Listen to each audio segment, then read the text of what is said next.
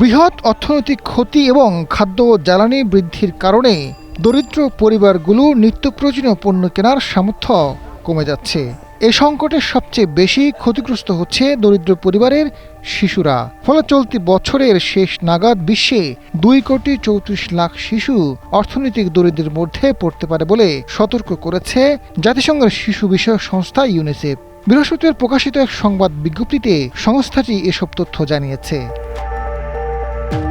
UNICEF The Impact of the War in the Middle East on Children in Monetarily Poor Households শীর্ষক প্রতিবেদনে বিশ্বের 167টির বেশি দেশের তথ্য বিশ্লেষণ করেছে। সংস্থাটি তাদের প্রতিবেদনে বাংলাদেশের 12 লাখ মানুষ নতুন করে দরিদ্র হতে পারে বলে সতর্ক করেছে। সংস্থাটির প্রতিবেদনে বলা হয়েছে, বাংলাদেশে চাল, ডাল, ভোজ্য তেল, শাকসবজি, মাছ ও মুরগির মতো নিত্য প্রয়োজনীয় খাদ্যপণ্যের দাম বাড়ায় দরিদ্র পরিবারগুলোর উপর চাপ বাড়ছে।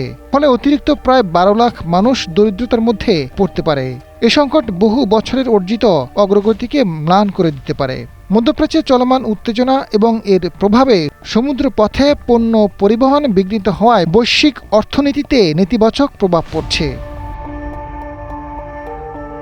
প্রতিবেদনে সতর্ক করে বলা হয়েছে, চলমান সংকট শিশুদের সুস্থ শারীরিক ও মানসিক বিকাশের জন্য অত্যন্ত প্রয়োজনীয় খাদ্য, স্বাস্থ্যসেবা, শিক্ষা ও সুরক্ষা সেবা পাওয়ার সুযোগ সীমিত করে দিচ্ছে।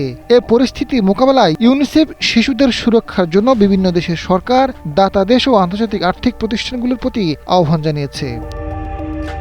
ইউনিসেফের নির্বাহী পরিচালক ক্যাথরিন রাসেল বলেছেন, নিত্যপণ্যের দাম দ্রুত বাড়তে থাকায় অনেক পরিবারের জন্য খাবার কেনা ও শিক্ষা অব্যাহত রাখা এখন সামর্থ্যের বাইরে চলে গেছে। আর যেসব শিশু আগে থেকেই দারিদ্র্যের মধ্যে ছিল, তাদের জন্য এই সংকট বঞ্চনাকে আরও গভীর করছে।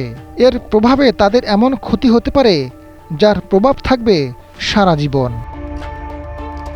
আজাদ ফারুক, সময়ের আলো।